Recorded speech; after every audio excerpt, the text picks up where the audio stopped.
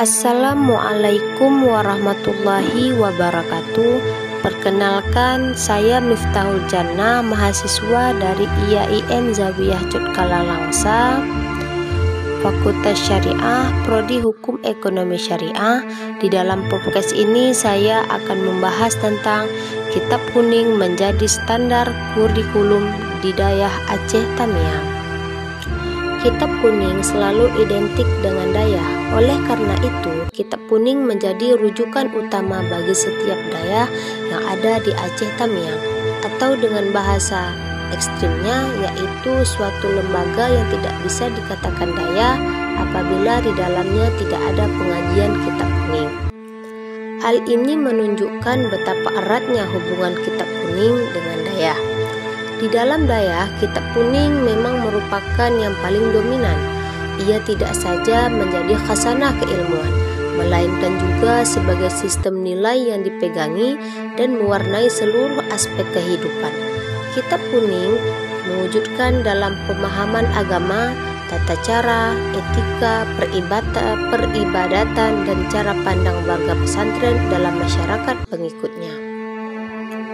Kitab Kuning juga diistilahkan dengan Al-Kutub Al-Qadimah, yaitu kitab-kitab klasik ataupun kitab kuno. Kebalikan daripada Al-Kutub Al-Asyariyah, yaitu kitab-kitab modern.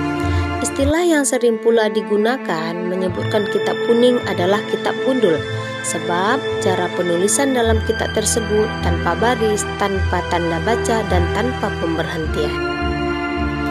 Disebut juga Kitab Kuning karena pada umumnya kitab-kitab tersebut ditulis di atas kertas berwarna kuning, berkualitas rendah, dan kadang-kadang lembarannya pun terlepas dan tidak terjilid, sehingga mudah diambil bagian-bagian yang diperlukan tanpa harus membawa satu kitab seutuhnya. Biasanya para santri hanya membawa lembaran-lembaran tertentu yang akan dipelajari.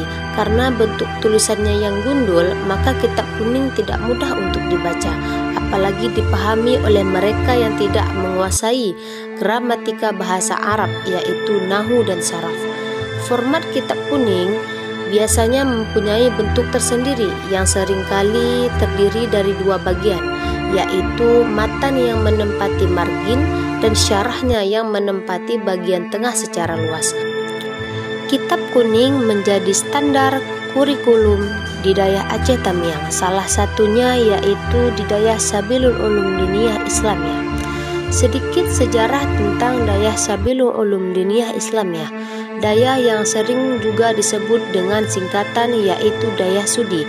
Ini merupakan lembaga pendidikan Islam yang didirikan pada tahun 1960 oleh almarhum Tengku Husein Bintawi. Sejak dibangun di Dayah ini sudah menerapkan pengajian dengan menggunakan Kitab Kuning seperti Bajuri, I'anatul Talibin, Al-Mahali, dan lain-lainnya, dan bertahan sampai sekarang.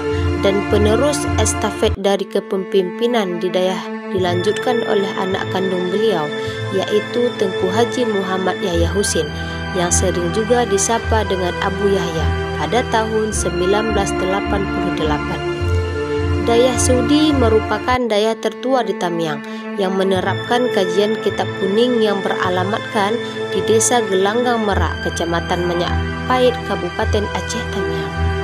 Sebelumnya Dayah Sudi hanya menerapkan pengajian salafiyah, yaitu hanya memperdalam Kitab Kuning dan tidak ada lembaga sekolah.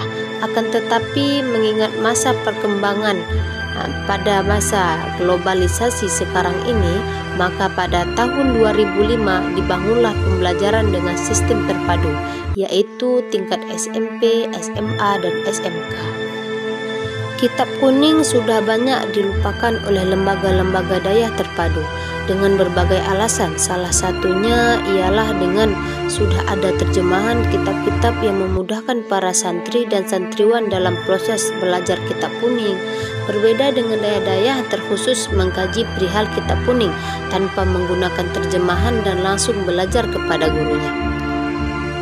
Sudah seharusnya kurikulum Kitab Kuning tidak bisa dilepaskan di dalam kegiatan pondok memondok, dan tidak bisa juga disebut sebuah lembaga dengan sebutan dayah apabila di dalamnya tidak ada kurikulum kajian Kitab Kuning. Sudah sepantasnya bagi para pemuda-pemudi untuk mempelajari Kitab Kuning agar tradisi Kitab Kuning terus terjaga dan tidak hilang oleh masa dan terus ada sampai kapanpun. Mungkin sekian hasil video podcast saya. Saya Miftahul Jannah mohon undur diri, lebih dan kurang saya mohon maaf. Assalamualaikum warahmatullahi wabarakatuh.